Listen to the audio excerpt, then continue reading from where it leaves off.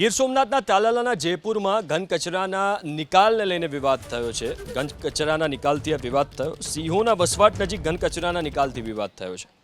પાલિકાની dumping site માટે જમીન ફાળવાયાનો આરોપ, લેખિત મૌખિક વિરોધ થતા જમીન ફાળવાયાનો સરપંચનો આરોપ। સરપંચ હિનાબેનની જિલ્લા કલેક્ટરમાં લેખિતમાં રજૂઆત। ડમ્પિંગ સાઇટનો નિર્ણય રદ કરી વન્યજીવોનું રક્ષણ કરવા માંગ। વન વિભાગની એનઓસી વગર કાર્યવાહી થયાનો આરોપ।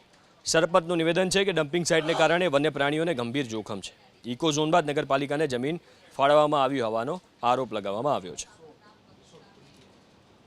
તારડા નગરપાલિકાએ આ વિસ્તારમાં ડમ્પિંગ સાઇટ મંજૂર કર્યું।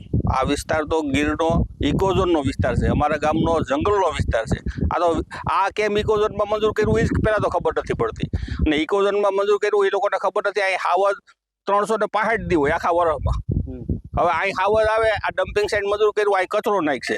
હવે હાવજ અહીંયા જ કચરો ખાવાના ને પાછો રોગ ફેલાવવાનો, હાવજ મરવાના। નગરપાલિકાને એની જમીન બીજે મંજૂર કરાવવાની જરૂર છે। અહીં હકીકતમાં આ ડમ્પિંગ સાઇટ મંજૂર થાય તો સૌથી મોટો ખતરો સિંહ ઉપર જ છે। અમારી જાણ મુજબ હાલ વન વિભાગે એનઓસી આપેલી નથી।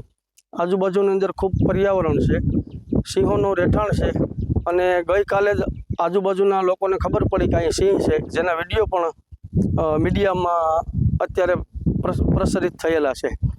એટલે અમારી માંગ એવી છે કે હજુ પણ સરકાર પાસે ટાઈમ છે કે આ વસ્તુ એટલેથી રોકે, અને પ્રાંત સાહેબે જે હુકમ કર્યો નગરપાલિકાને ડમ્પિંગ સ્ટેશન માટેનો, એને તાત્કાલિક અસરથી હુકમ કાયમી માટે કેન્સલ કરે તો પર્યાવરણ, પક્ષી, વૃક્ષ અને બાજુમાં વસવાટ કરતા ખેડૂતો, આ નદી, દરેકનું હિત આમાં રહેલું છે।